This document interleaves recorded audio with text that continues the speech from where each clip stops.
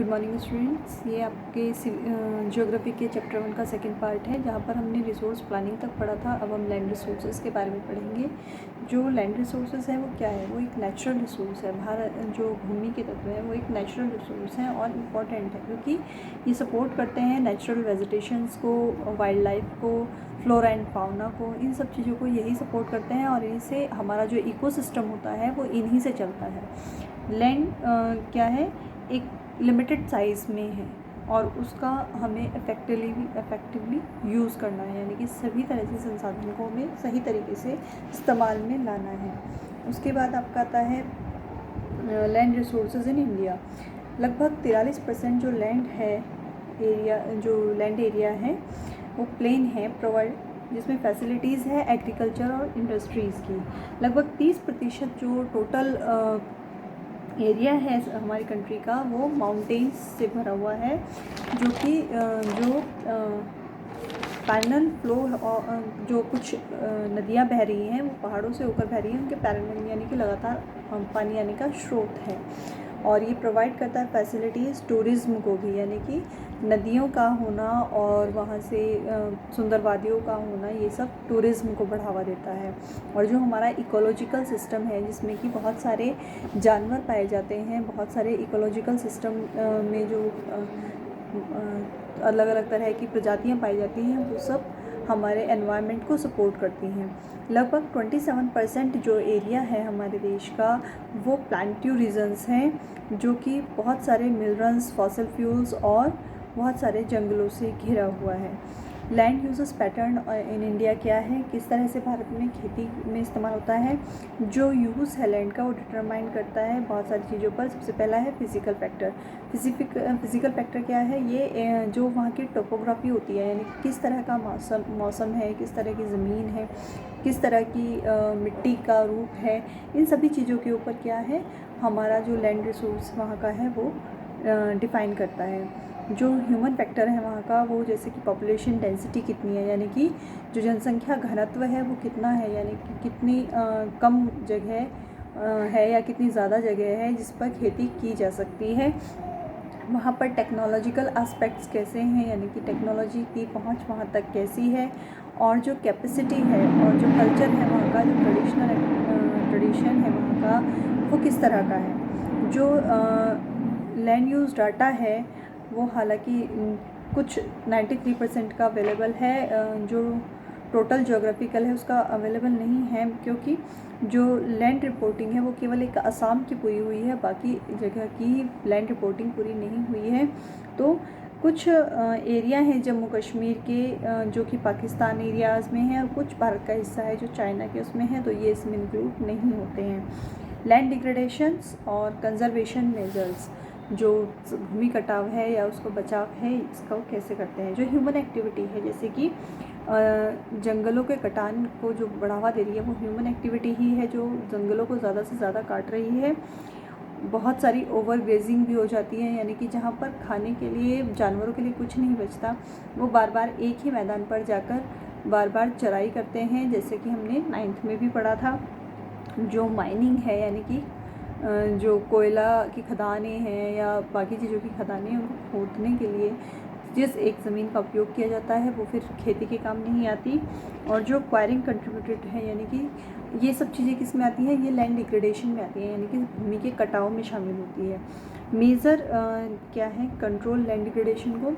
सबसे पहले तो अफॉरेस्टेशन, यानी कि सबसे पहले तो जंगलों को बढ़ावा दिया जाए, यानी कि अपनी ज़मीन को अगर हमें बचाना है, अगर अपनी धरती को हमें बचाना है, तो सबसे पहले हमें जंगलों को बढ़ावा देना होगा, यानी कि ज़्यादा से ज़्यादा पेड़ लगाने होंगे। इसके बाद जो शेल्टर बेल्ट्स हैं, यानी कि छोटे बड़े पेड़ों की एक पूरी रो होती है, वो लगानी होगी। ओवर ग्रेजिंग पर कंट्रोल करना होगा, यानी कि जानवर ज़्यादा चढ़ ना सकें एक ही जगह पर, उसका ध्यान रखना होगा। स्टेबलाइज़ करना होगा सैंड ड्यून्स जो हैं, जो सैंड ड्यून्स बनते हैं, मिट्टी के जो रेतीले टीले बनते हैं, वहाँ पर जो थ्रॉनी बशेस उगती हैं, यानी कि कांटेदार जो झाड़ियाँ होती हैं या कांटेदार जो कैक्टस उगते हैं, उन सबको रोकना होगा, उन सबको बचा के रखना होगा।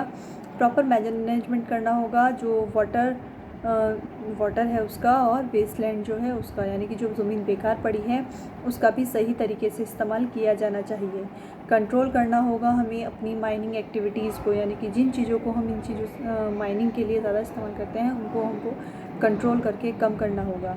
सॉइल कैसे है एक रिसोर्स के रूप में? सॉइल जो है वो सबसे ज़्यादा रिन्यूएबल रिसोर्सेज है, यानी कि एक परत उतरती है दूसरी चढ़ती है, तो ये नेचुरल रिसोर्स है, प्राकृतिक रूप से ही बनती है।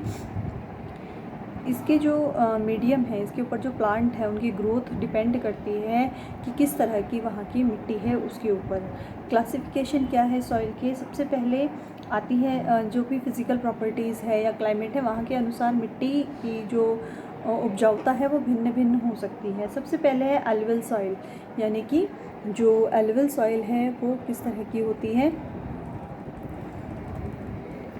ये होती है एक तरह से, इसे जलोढ़ मिट्टी भी कहा जाता है, जो पूरे नॉर्थन प्लेन में पाई जाती है और ये एलुवियल सॉइल से बनी होती है। ये पाई जाती है ईस्टर्न कोस्टल एरियाज़ में भी, प्लेन पर्टिकुलर जो प्लेन एरियाज़ हैं उनमें भी, और जो डेल्टास बने हुए हैं नदियों के उनमें ये मिट्टी ज़्यादातर पाई जाती है। जो डेल्टास हैं महानदी के, गोदावरी के, कृष्णा के और कावेरी नदी के, इनके जो डेल्टास हैं उनमें ये पाई जाती है। फर्टाइल सॉइल होती है, इसलिए ये हर तरह के एग्रीकल्चर पर्पज़ के लिए अच्छी होती है, यानी कि उपजाऊ ज़मीन होती है, ये उपजाऊ मिट्टी होती है।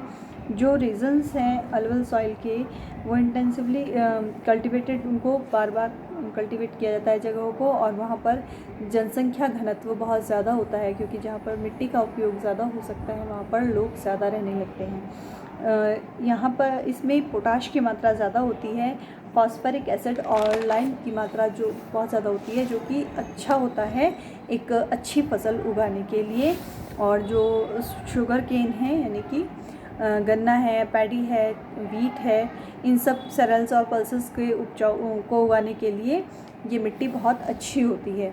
ब्लैक सॉइल, काली मिट्टी कैसी होती है? इसका जो कलर होता है इसको एक रेगुलर सॉइल के रूप में भी जाना जाता है, और इसका कलर जो होता है वो ब्लैकिश होता है। ये आइडियल होती है कॉटन के लिए। इसको ब्लैक सॉइल या ब्लैक कॉटन सॉइल के नाम से भी जाना जाता है। ये जो प्लांट्यूज़ है महाराष्ट्र की या सौराष्ट्र के, मालवा के, मध्य प्रदेश के और छत्तीसगढ़ के, उनमें ये पाई जाती है। और साथ ही साथ ये गोदावरी और कृष्णा वैली, यानी कि कृष्णा, गोदावरी और कृष्णा की घाटी में भी पाई जाती है। इसकी जो कैपेसिटी है वो मॉइस्चर को बहुत ज़्यादा देर तक होल्ड करने की है, और इसका जो नमीपन है उसकी वजह से क्लेली, यानी कि चिपचिपी मिट्टी का रूप भी ले लेती है। इसमें कैल्शियम कार्बोनेट है, मैग्नीशियम है, पोटास है और लाइम है। इसके अंदर क्योंकि आयरन की मात्रा ज़्यादा होती है तो इसका थोड़ा सा कलर जो होता है रेडिश में आता है, रेड एंड येलो सॉइल। इसको पाया जाता है लोअर रेनफॉल एरियाज़ में, जहाँ पर कम मात्रा में बारिश होती है, और ये ईस्टर्न और साउथर्न पार्ट में पाई जाती हैं डेक्कन प्लांट्यू के।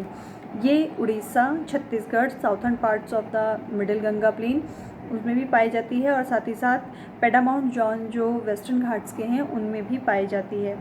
इसका रेडिश कलर है आयरन और क्रिस्टल की वजह से, और मेटाफॉर्मिक रॉक्स के रूप में ये पाई जाती हैं। जो इसके बाद है लेटेराइट सॉइल। ये इन एरिया में पाई जाती है जहाँ का टेम्परेचर हाई होता है, यानी कि जहाँ पर ज़्यादा टेम्परेचर होता है, ज़्यादा गर्मी होती है, या और साथ ही साथ भारी बारिश भी होती है। ये कर्नाटका, केरला, तमिलनाडु, मध्य प्रदेश और जो हिली एरियाज़ होते हैं उड़ीसा के, उड़ीसा और आसाम के, उनमें ये पाई जाती है। सूटेबल होती है ये कल्टीवेशन के लिए, किस तरह के एडिक्वेट जो मैन्योर्स कल्टीवेशन के लिए, और इसके अंदर जो मैन्योर्स हैं, यानी कि उपजाऊपन जो है और फर्टिलाइजेशन जो है उनसे ये और ज़्यादा अच्छी रूप में निकल कर आती है। जो लो ह्यूमस होता है यहाँ पर क्योंकि जो डिकम्पोज़र हैं यहाँ के बैक्टीरिया जो हैं ये ख़त्म हो जाते हैं यहाँ पर हाई टेम्परेचर की वजह से, यानी कि जो यहाँ की ज़मीन में कीटाणु पाए जाते हैं, जीवाणु पाए जाते हैं जो कि मिट्टी को उपजाऊ बनाते हैं, तो वो जल्दी ख़त्म हो जाते हैं क्योंकि यहाँ पर हाई टेम्परेचर है, तो उसके लिए उनको अन्य चीज़ों का इस्तेमाल करना पड़ता है। एरिड सॉइल ये पाई जाती है वेस्टर्न पार्ट्स राजस्थान में। इसको अगर हम प्रॉपर इरिगेशन करें, यानी कि अगर प्रॉपर तरीके से इसकी सिंचाई हो जाए इस मिट्टी की, तो ये कल्टिवेटेबल होती है, यानी कि यहाँ पर खेती की जा सकती है।